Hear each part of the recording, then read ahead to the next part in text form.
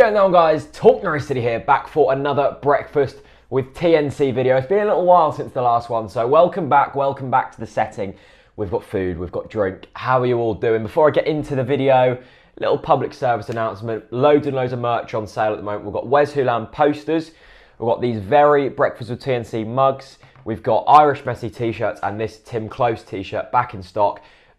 Get your orders in pretty much within the next couple of days if you want to get them before Christmas. So that's all good. Also, a massive thank you to Akelbridge Inn for sponsoring this series. I was actually down at Colney yesterday with watching the players train. Bumped into my mate Aston, who's the under-21s under-21s keeper.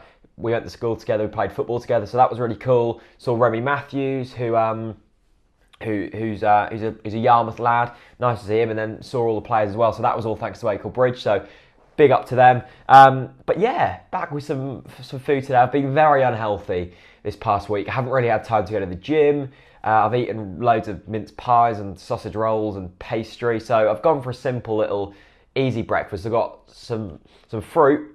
I've got a bit of a cold as well. Some fruit and then some Meridian almond butter, basically just to get some calories in. There's not much left in here. So we're going to have a little spread of that. Might even tuck in halfway through the show. And by the way, this coffee, just so good. My girlfriend basically bought me an espresso coffee machine for my birthday. Best decision ever. Just live off coffee. That was great. Anyway, news this week.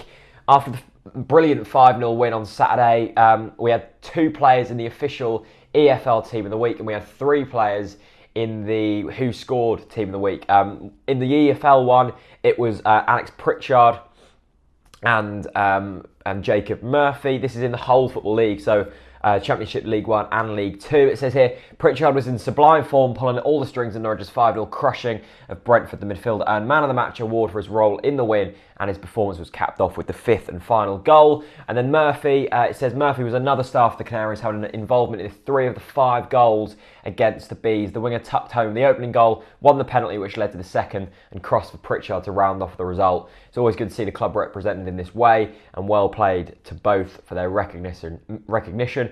But the most important thing of the weekend was, of course, the win. So that's absolutely brilliant. We were brilliant on Saturday, weren't we? I'm still not over it. It's been a long while since I've woke up on a Sunday morning after a Norwich game where I've been like, yes, get in. And it was just great. And it was great to see Pritchard and Murphy involved, because Murphy had that amazing start to the season. Then he kind of petered off a bit, and we were like, ooh, like, is he got it? He has got it. He has definitely got it. So that was really great to see. And talking about Jacob Murphy, the next story is a bit of transfer news. Apparently, Southampton and Spurs are tracking Jacob Murphy. Now, we obviously tied Murphy down to a new contract, which is brilliant, but that obviously doesn't not mean that he can't leave. He can still leave if he wants to. Apparently, Everton were linked with him, and they were interested in him after he scored that. It was Josh who scored the goal in the EFL Cup, wasn't it? So they were tracking him, and then Southampton came in. Would have thought Nathan Redmond's had a couple of words with the gaffer there and been like, I've got a mate down at Norwich who's decent, let's bring him in. And then apparently Spurs want him as well. They've obviously developed Kyle Walker, Dele Alli, players like that from lower league clubs, brought them up and now they're first team regulars. So we're going to have a tough job keeping Murphy, and I would have thought if we don't go up, he'll probably move somewhere. The thing with Murphy is, though, he's with his brother, he's in his local city, the club he's grown up playing with, one of the fans' favourites, playing week in, week out. It would be very silly of him, in my opinion, to move to a bigger club just yet. I'm sure in 5-10 years, if we're not a Premier League club, then of course he would be right to move then. But at the moment, I think just settle down at Norwich, get your game time, develop as a player, and then see where we go. So Jacob, if you're watching, I know you follow me on Twitter, mate. Don't leave. And finally, the iconic Checker Trade Trophy run is over.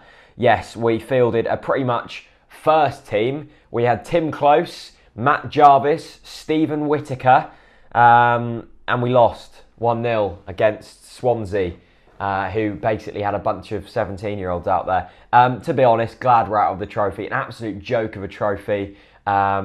It it's just wrong, that trophy. It just is, and I'm glad we're out of it. Lots of money was made off it, so thanks to the betting companies for that. But yeah, we're out. I didn't actually watch the game. It was played in thick fog.